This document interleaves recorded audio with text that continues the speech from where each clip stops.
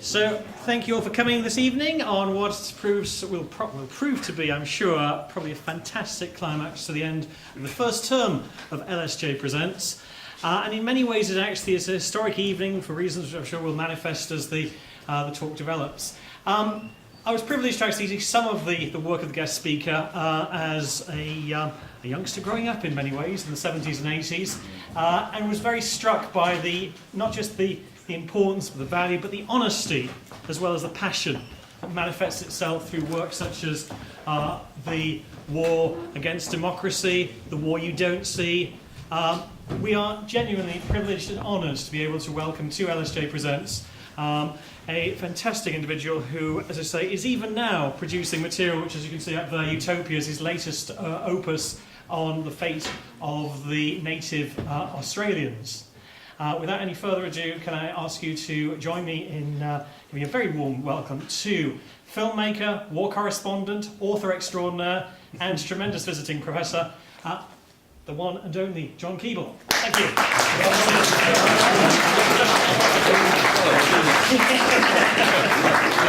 We'll just take that again. We'll just revamp that. Richard Keeble, together with Professor John Pilger. Thank you. There we are.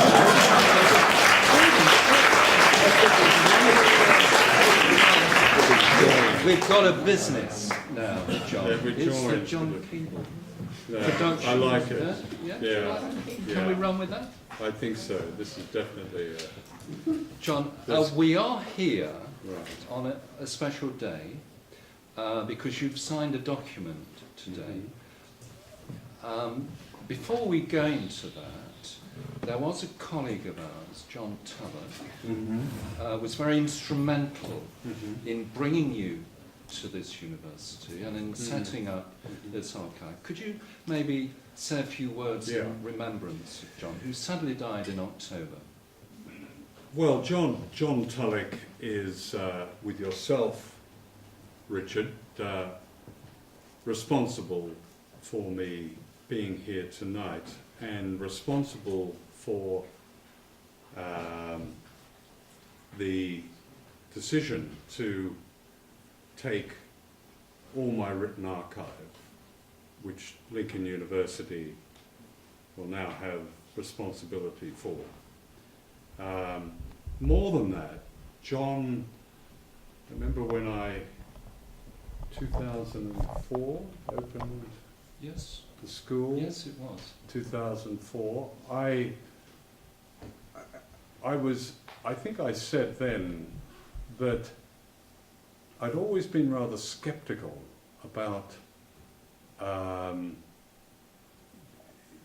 journalism schools in universities. And I have good reason to be skeptical about many of them.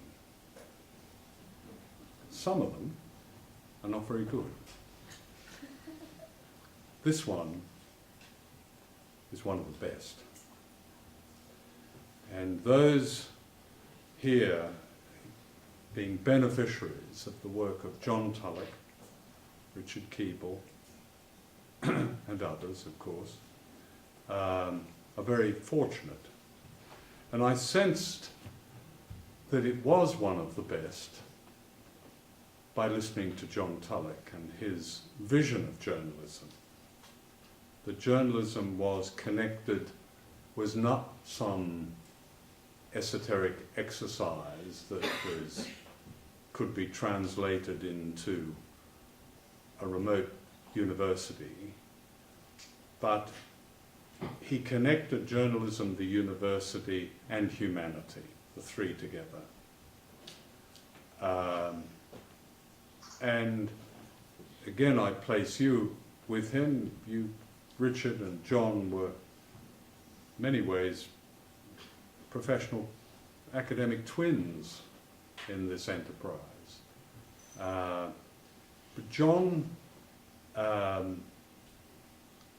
loss is terrible, really, because he raised the whole idea of the academic teaching, of bringing the great storehouse of knowledge and experience of the university and uniting it with this unruly creature, this beast called journalism.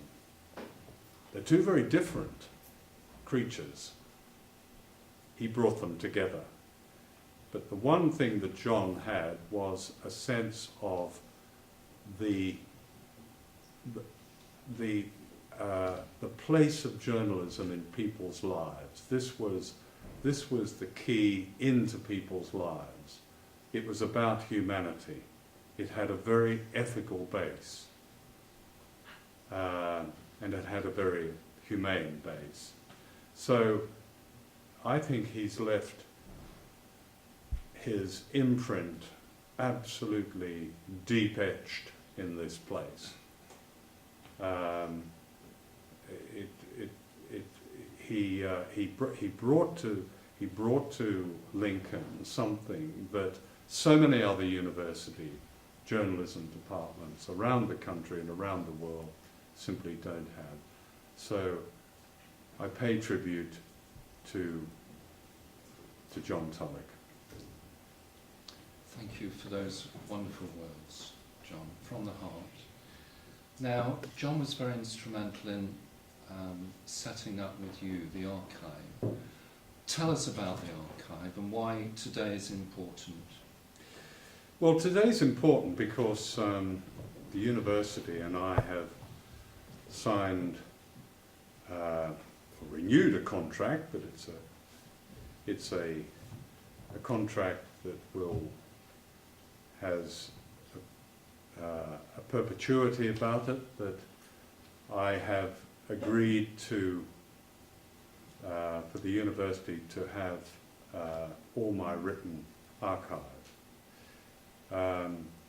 I'd also like to pay tribute to somebody who has really brought all this archive together, and he's sitting up there, Florian Zollman. Florian has single-handedly pulled my archive together, which, when he arrived, existed in 2 rooms, large amounts of pyramids of newspapers, and there was some order to it, though not much. Just piles of magazines, piles of newspapers. Florian, over quite a long period of time, has indexed it and now digitalized it, so that the other day he was able to say, here's your work on a hard drive, which is quite something to conceive of. So thank you, Florian. What you did was an extraordinary job of work, and well within the spirit. You also are a product of John Tulloch's and Richard Keeble's department, well within the spirit of the very idea of John Tulloch's university, journalism department. So what it is, Richard, is it means that the university library, the university website, will have all of my work available to researchers, to students, to the public, going back to when I first arrived in this country in the 1960s. All my written work, all my films are already up on the website, and the website, of course, is supported by Lincoln University. So there is a very contemporary and a very ongoing news journalistic sense about both website and archive. It is I understand it's the biggest archive of any single journalist Wow. anywhere. And Lincoln has it, so that's been made official today. Right. We feel extremely lucky and delighted, John. Now, I'm sure students will be wondering. They're wondering about the big wide world of journalism and how difficult it might be to get into it. How did you get into it? It was a different route, though there are great similarities. Just chatting before we came in here tonight to your final year students, I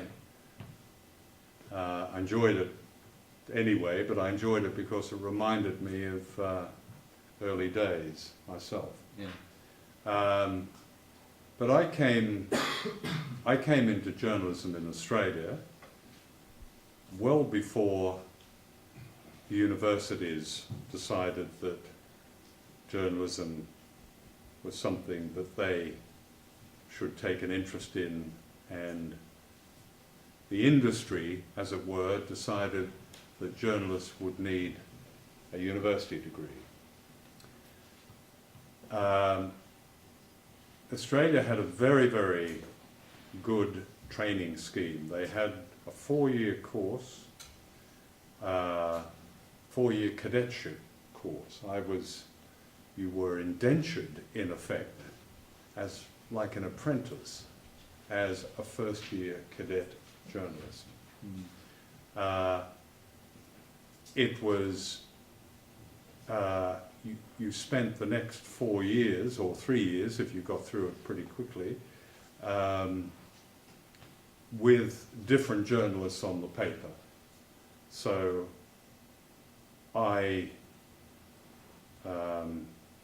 it was very much deep-end training. You were dropped into what was called the police rounds room and told to put on a pair of headphones and monitor the police radio and see what they were doing. You were sent to football matches, you were sent to trade union meetings, you were sent to Rotary Club meetings. That's unusual, trade union meetings. Yes. Gosh. Well, it was usually the paper I worked for, which was one of the most right-wing newspapers on earth. Oh, right. Then I started with. The idea was that I realised pretty quickly that you had to come back with something that wouldn't reflect very well on the trade unions. But that was extremely difficult because the whole paper was unionised anyway. So there was a certain tension there. Yes, So I actually started before I left secondary school after my, what was then called a matriculation, at the age of 17, and I applied to be a copy boy on a newspaper, which was the way into being given a cadetship. And I was a copy boy for 6 months, in which I literally ran when people shouted, "Boy, copy," to take it down to the printer. And I made people coffee, and I watched and listened, and I loved it. I mean, the sheer smell of the place, the sense of it. It's the origin of the word running story, isn't it? Yeah, Boys running, exactly, the running story. But I realised they weren't offering me, I didn't have a career here, I was going to be making coffee forever. So I applied to another paper, the Sydney Daily Telegraph, for a cadetship, which were very hard to get then, there weren't too many of them. And I went in and extremely nervous. I don't remember the questions and I don't remember the answers I gave, but I do remember walking out the door and turning around and saying, "Do I have it?"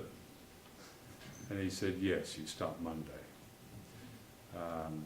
So that was, for me, I suppose, probably the most, one of the most memorable days of my life.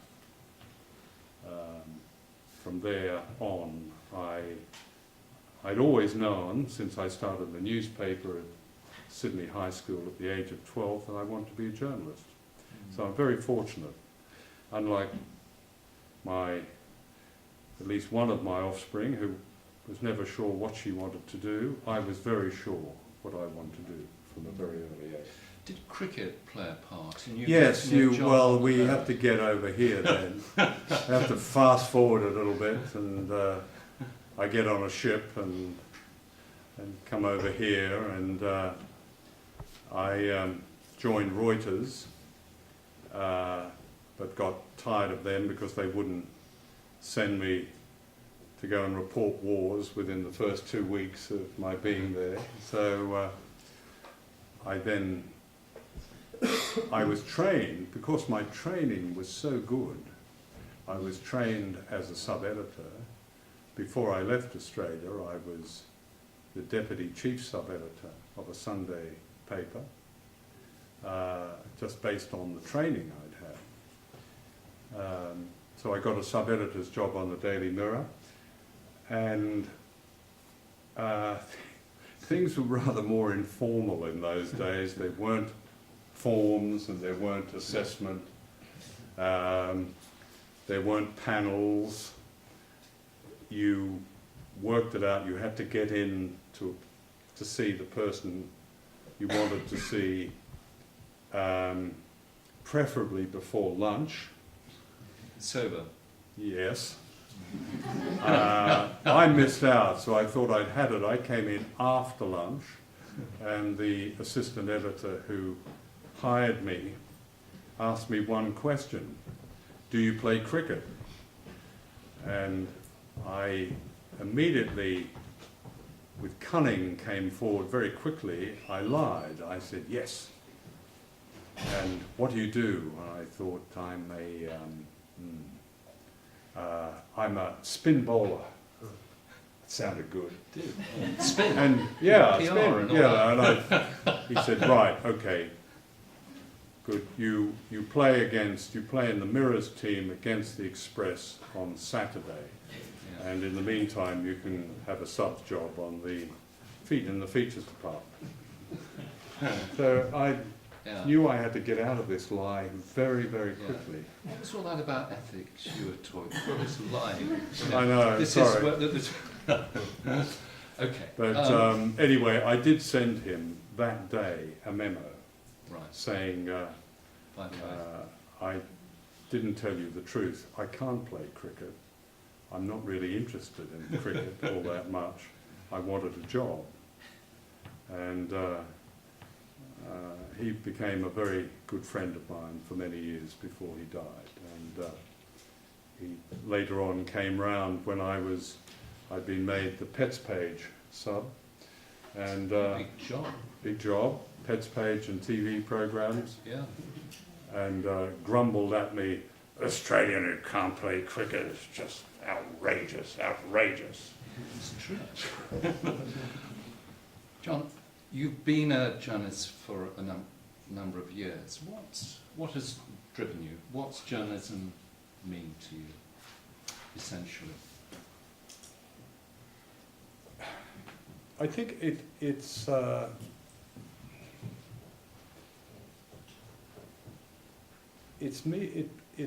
about telling people's stories.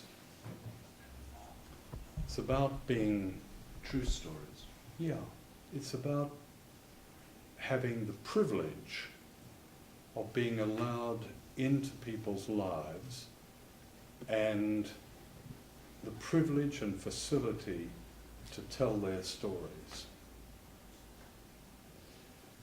And all the journalists going back, Dickens and others, that's what they did.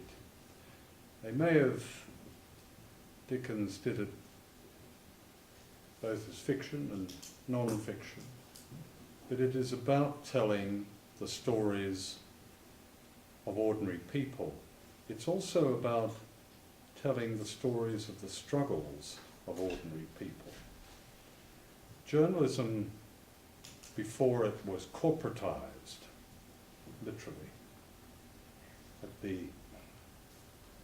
early in the last century, 20th century, was about newspapers representing ordinary people.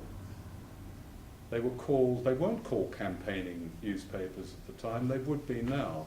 It was normal that newspapers represented the interests of their readers and often stood up to those who would impose their authority and power on their readers. That's not so today.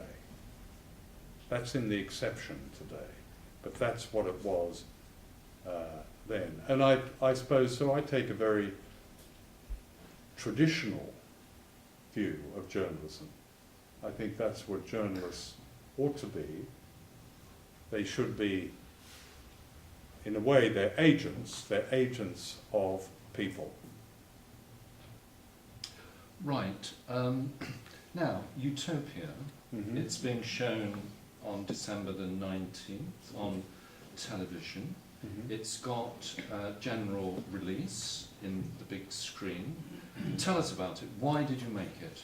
Well, it's about the fifth documentary film I've made about Australia. The first one I made was in the 1980s, called The Secret Country, and it was not long before that I discovered what I regarded as something of a secret in my own country, and that was the uniqueness of and the dispossession and mistreatment of the indigenous people of Australia, who are the longest human presence on Earth. Everything else in Australia is derivative. It comes from Europe and elsewhere. They are the unique element in my own country. And I didn't know that growing up. In fact, I had to come over here and be sent back to Australia by the Daily Mirror. The then editor-in-chief, Hugh Keeble, said, go back to Australia and have a look, as he put it, behind the sunny face, which puzzled me, but I sort of knew what he meant. And that was my discovery of the indigenous people. That was later translated into The Secret Country. I've since made others, and following what I do with many subjects, I make a number of films, I go back, I check the progress of situations and people, and Utopia is really The Secret Country made in 2013. And in it I go back to places that I'd filmed in the 80s, interview people that I'd met then and people I've known since, and it tells, I think, an important story. Okay, my last question before throwing it out. What are the particular elements that make for a John Pilger investigation? Well, I think probably I've just touched on it already, in that it has to tell a people's story. Yeah. I'm not interested in telling the stories that dominate so much of the news, that is, the story of power and institutions and authority and politicians. I'm certainly interested in what they really get up to, and that's what should be, that's a journalist's, an investigative journalist's role. But I suppose what drives it is to, I like to think that the work that you have here at Lincoln now, of mine and my films, represent a kind of people's history. Okay. Of struggle, Right. of their stories in various parts of the world. I suppose what I what I try to aim for is to connect in documentary film the subjects of the film with the people who are watching it at home. And so that they feel a connection. In all the ingredients in the film are made up of various elements. Almost all my documentaries attempt to tell something of the past. They have an historical element. In other words, they contextualize.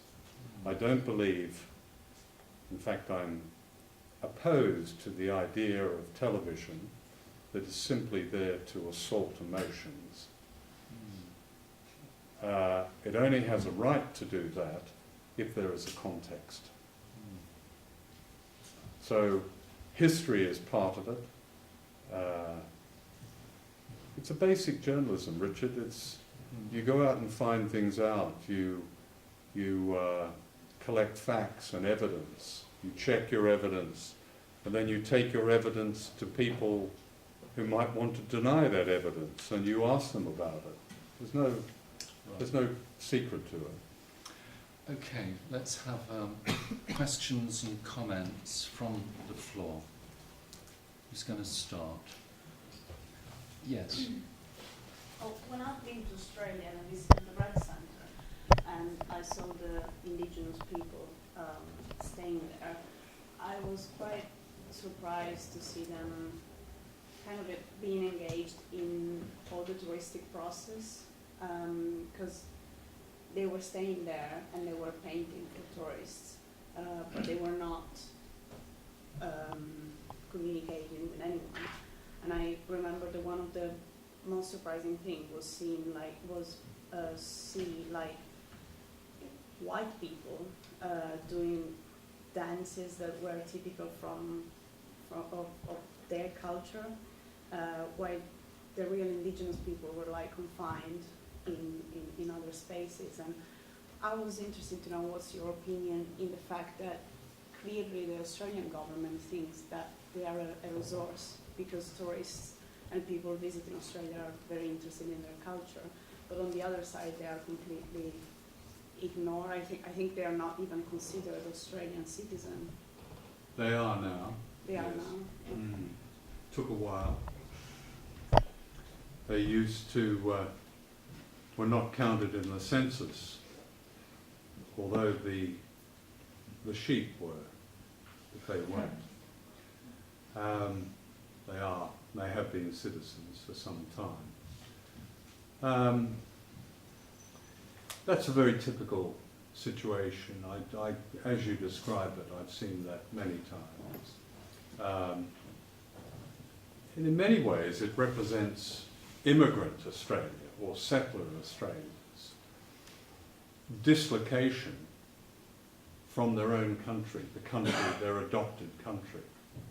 Because the people, the indigenous people, represent, they're the, if you like, the only real Australians.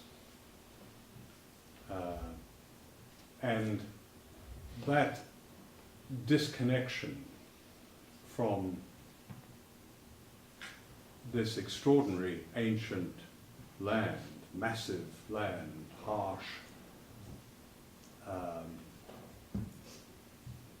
land in the Antipodes with its amazing people, that dislocation is something that is very often denied in Australia. Most non-Indigenous Australians live in big cities on the eastern coast, one or two around the other side. Very few live in the centre of Australia, the outback of Australia. So the European sense of the country is very, very strong. In a way that's understandable, of course it is. But what isn't understandable is the rejection of the first people of the country and the story that they have to tell about their country and the mistreatment of them. There are similarities in Australia with South Africa under apartheid, very striking similarities. Thank you. Right in the far corner, loud and clear, please. Hi, as I mentioned to you earlier, I'm doing a dissertation on Israel and Palestine, which I know you're familiar with. In your opinion, is the reporting, particularly from TV, is it fair, accurate, and balanced? And do you think enough historical context is given, so not just what's happening, but why? That sounds like a leading question to me. The answer is no, no, no, and no.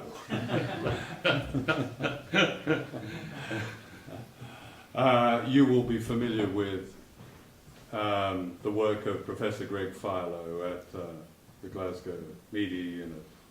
There are many books and studies, bad news, so on, all the way through.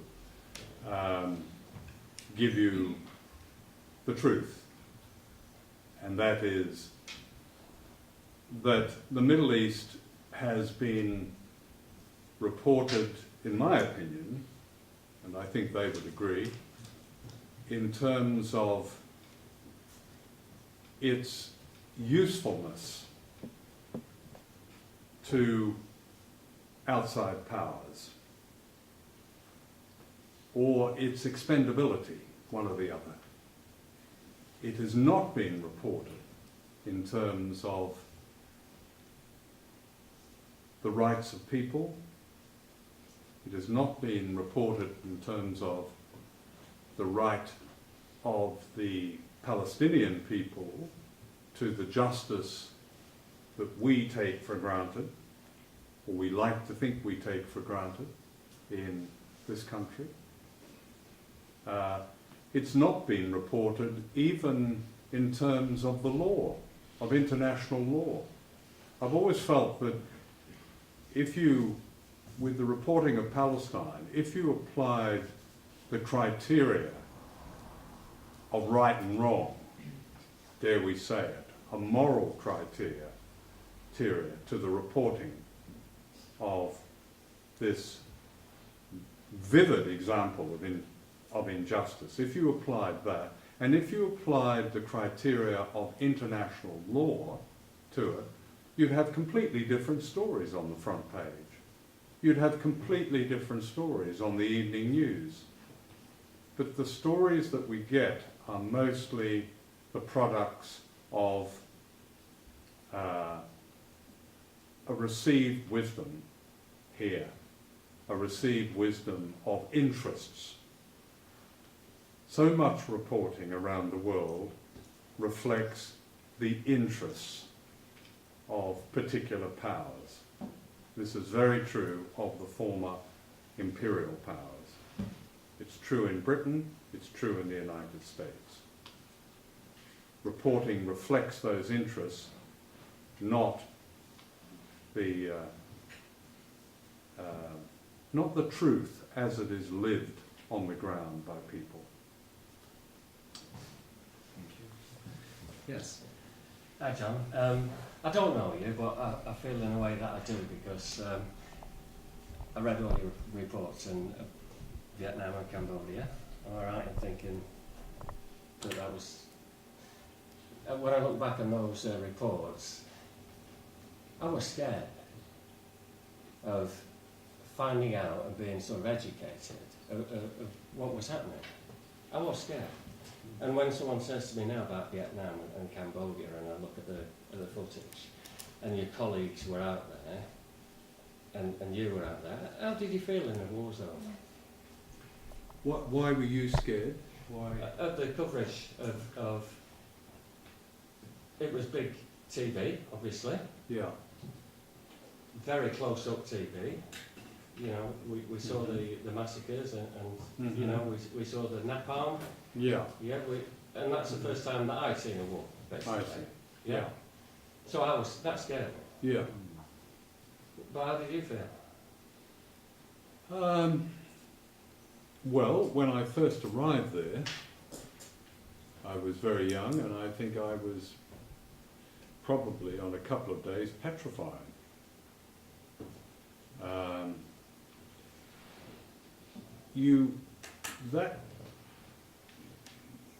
You overcome that, or it's overcome by the need to find out how you do the job.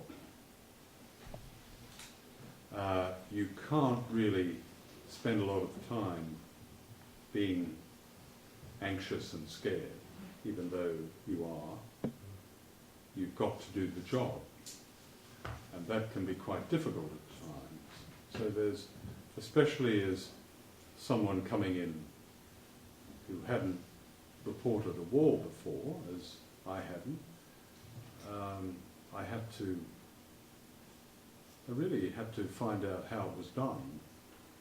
And I remember that gave me probably more anxiety than any worries about my own safety. It was getting the job done and getting the stories and getting them back to my newspaper.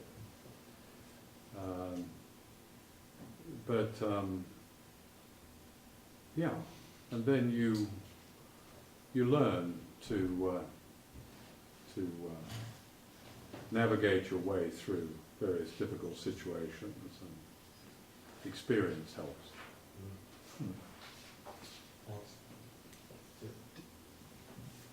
Yes, there and then there. Okay. Hi, John. I'm not from the School of Journalism, but I greatly admire your work. I guess I've got kind of two questions. One, I was wondering what your opinion was of the media coverage of the death of Nelson Mandela. And I guess the second question, you talked about a lot of reporting being related to interests and not kind of truth, and I think I would agree with that. And I suppose I get the sense there's a lot of budding journalists in the room, so I was wondering what your advice to them was about how they navigate that in a world in which big corporations do control the vast majority of the media. Do they have to become independent, or can they work for a big newspaper and maintain a sensible thing? Yeah, well, on the second, very good. I mean, on the second point, that word navigation pops up again because that's what you've got to do. You can't exile yourself. Sometimes you have to, from certain so-called mainstream media groups.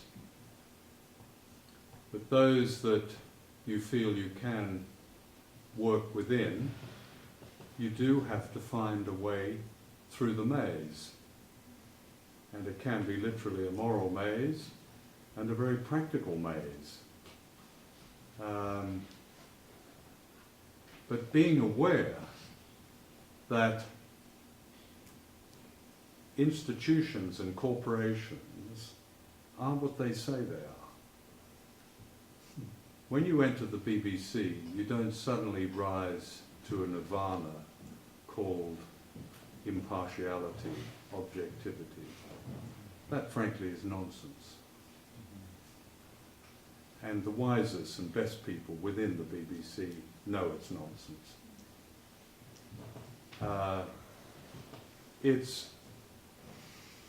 It's keeping, I suppose, people starting out. It's keeping your own, if you have ideals about journalism, if you believe in it and believe that it's a bit more than a job, maybe it's even that unfashionable word, something of a vocation, maybe, then you follow your own star on that. That's very, very important.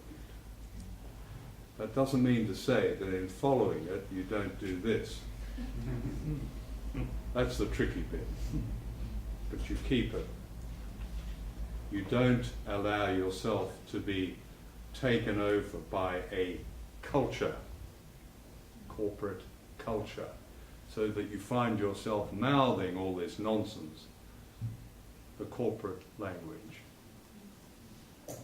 So it's quite quite a difficult thing to do, but if you're aware of it, I think you're ahead of the game already. The coverage of Mandela is like experiencing a tsunami in print and on television. I don't think I can watch anymore. I read The Guardian's obituary, written by somebody I know and respect. And I thought some of its insights into the personal life of Mandela were very, very good. But entirely missing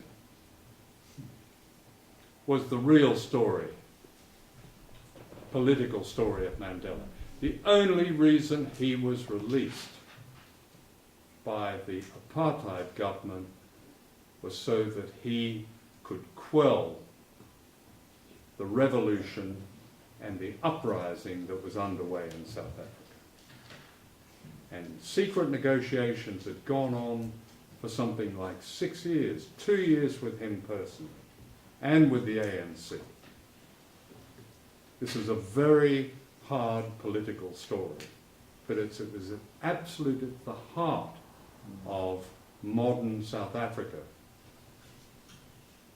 And unfortunately, one of the legacies of Mandela is one of the most unequal, if not the most unequal societies on earth. That's not to say, and I say immediately, and I interviewed the man, not to say that here was to deny the extraordinary commitment and personal courage of Mandela to have survived, and his comrades to survive Robben Island as he did. Amazing.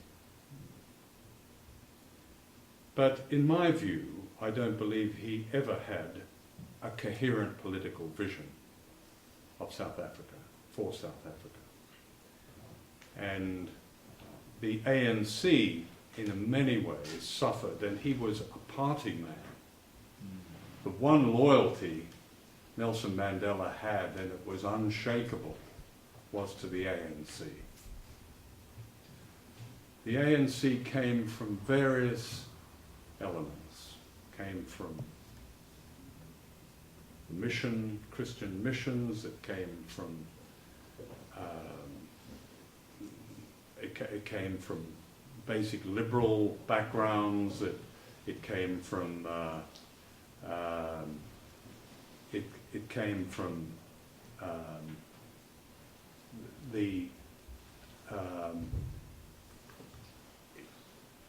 it came from a sense of, I suppose, of liberal justice that could be imposed on a country that was a really violent dictatorship. So it held that was its ideal at best.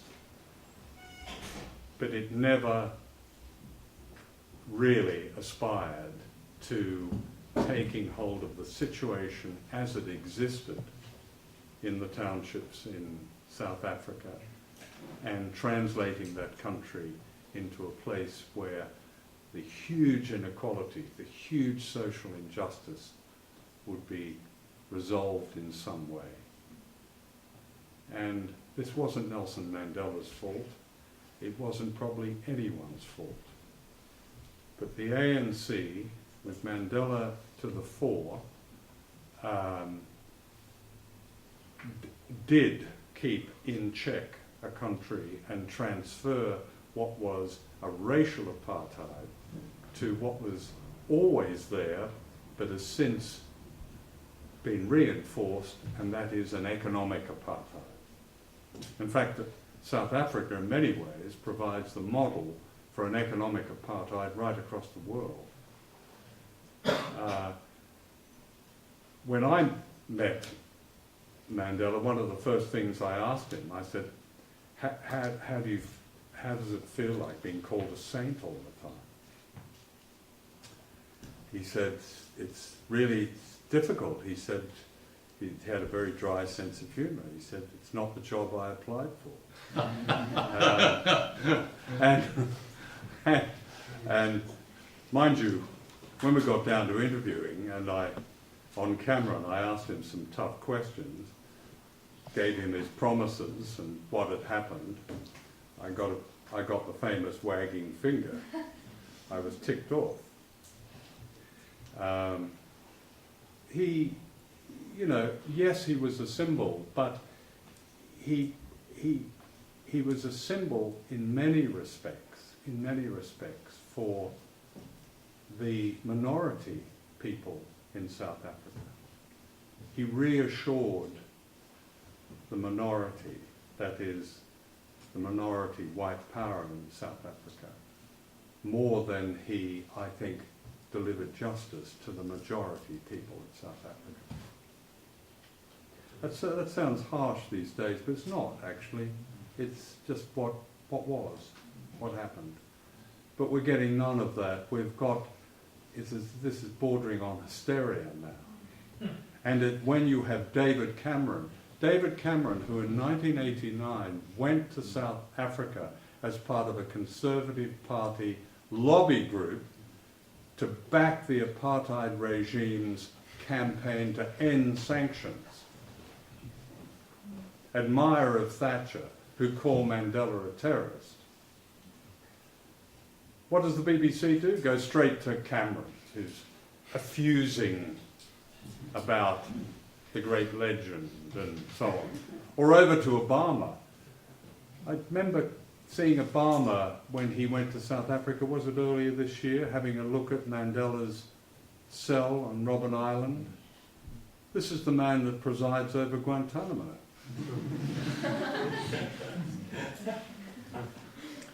Okay, enough of that. It's interesting you mentioned his loyalty to the ANC, John, because I'm writing a piece now, and I just interject briefly, in that he was also very loyal to Libya and Yeah. Colonel Gaddafi. And all the backers. And what is interesting there is, for all kinds of reasons, he was supportive of Libya, but it goes against the narrative, doesn't it, to expose that, you know, the big demon and the saint. So, Yeah, no, it was interesting because I asked him, Suharto, he'd invited Suharto to South Africa, and I asked him about that. I said, you went to Indonesia, you refused to see, Mandela first went to Indonesia to thank Suharto for the backing that the Indonesian government had given the ANC. Okay, fair enough. But the people of East Timor, who were then suffering in the same way that you and your people had been made to suffer, tried to see you, and you refused. His answer was, that would have been impolite, that would have been wrong to my hosts. And interesting, later on, when after the interview was over, the one thing he popped up with, he said to me, why, you saying you think I was wrong about East Timor? And I said, yeah. Well, I had to. We had tremendous support from the Indonesian government. He applied, as you're saying, the same thing to all those that have backed the ANC in the exile. Gaddafi gave tremendous support. So that, all disparate people, Cuba, all these people.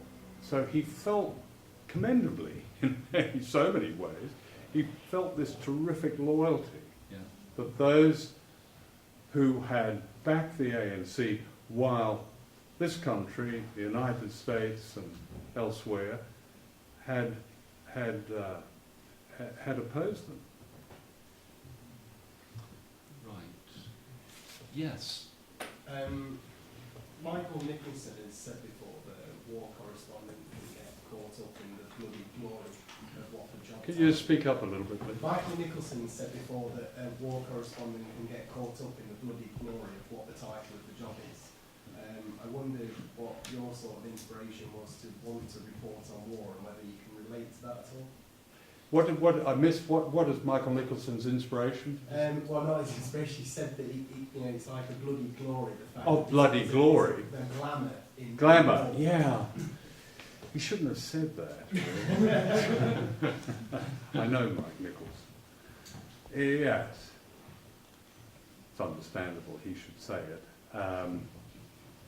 Well, there are many who do find war fun.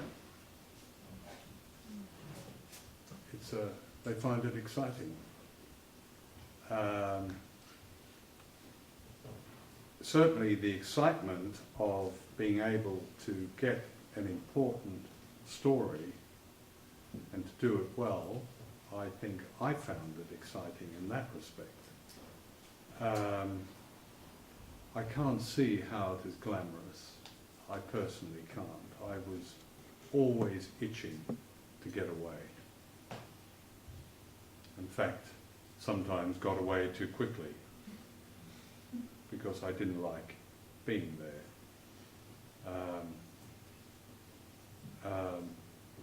But, you know, Nicholson and others, Nicholson was a very good war reporter, very good, very competent, very brave.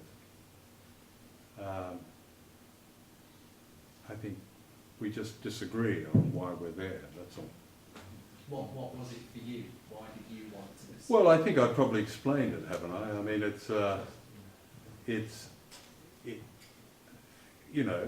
I mean, it was above all an important story, and I wanted to be, as a young reporter, I wanted to be where the important story was. There's no question about that. But it immediately, for me, became a very different story from the one that was being generally reported. That it was, and I was influenced a great deal by the American war correspondent Martha Gellhorn, who was probably the first to describe the Vietnam War as a war against people, as a war against civilians. It wasn't reported that way. Yes, civilians were seen to be caught up in it, but that it was actually, there was a deliberate war against a civilian population was not the story. That was the story for me. And I think many of my colleagues would disagree that that was the story. So we took a different approach. And it was important for me to get that story. And that made me go back and back over many years. Yes. Well, like as you know, Richard's a great advocate of peace journalism. I was just wondering, what do you think of peace journalism, and what do you think is wrong with the current trend of media bias towards violence in conflict reporting? Well, I think peace journalism, I mean, it's a term, isn't it? But it's a very basic, I think it's a very important idea, the idea of peace journalism. I support it as almost to offset war journalism. There's plenty of that. In fact, most of it is about violence, the very thing we've been talking about. That glorifying violence or making violence the news. Now, I'm not saying it shouldn't be made the news, but in what that becomes is the media and journalists beating the drums of war. They become part of it. In the build-up to war, they're the ones that will call governments to arms almost. Now, peace journalism is very important because it helps to offset that. And if we're going to talk about war studies, war journalism, war anything, well, why can't we talk about peace? Isn't that the civilized state of humanity, not war? So I think I thought it was long overdue, actually, and I support it. Sorry, what was the last bit of your question? You kind of covered it, but I was just, what was wrong with the current trend of media bias towards reporting on? Well, you know, the media is an extension of organised power. It's not a fourth estate. It is an extension. And I think it's an utterly romantic view to think of it as, perhaps Edmund Burke described it as the fourth estate, checking all the other ones. So when the establishment goes to war, the media goes to war with it, and very rarely opposes it, and goes along with the violence. Syria was interesting there, wasn't it? Because Syria. you know, recently. Well, it's not always, it's often confused too. Syria has become very, very confused for those reporting it. At first it looked like It's a complete mess. another Libya. In we go, humanitarian intervention, even though Libya now is a complete wreck of the country, thanks to the humanitarian intervention. But in we go to Syria. Ah, he's got chemical weapons. Good excuse. Bit like Saddam Hussein. In we go. You know, it's the same script, but it's not quite that simple.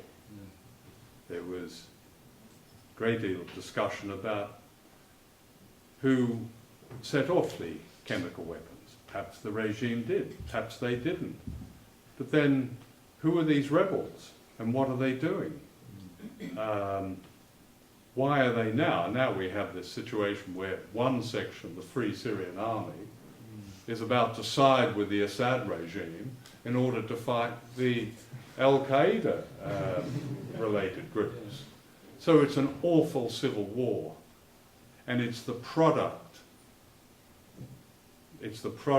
of an inferno that was lit with the invasion of Iraq in 2003, which, although it wasn't the first time that Sunni and Shia people had been set on each other, it was the destruction of a society in which, by and large, these two important Muslim groups lived side by side, even intermarried, and regarded Iraq as their country.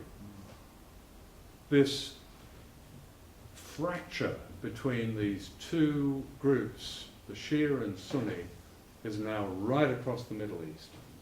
And the Sunni are now producing all these Islamist groups, one after the other.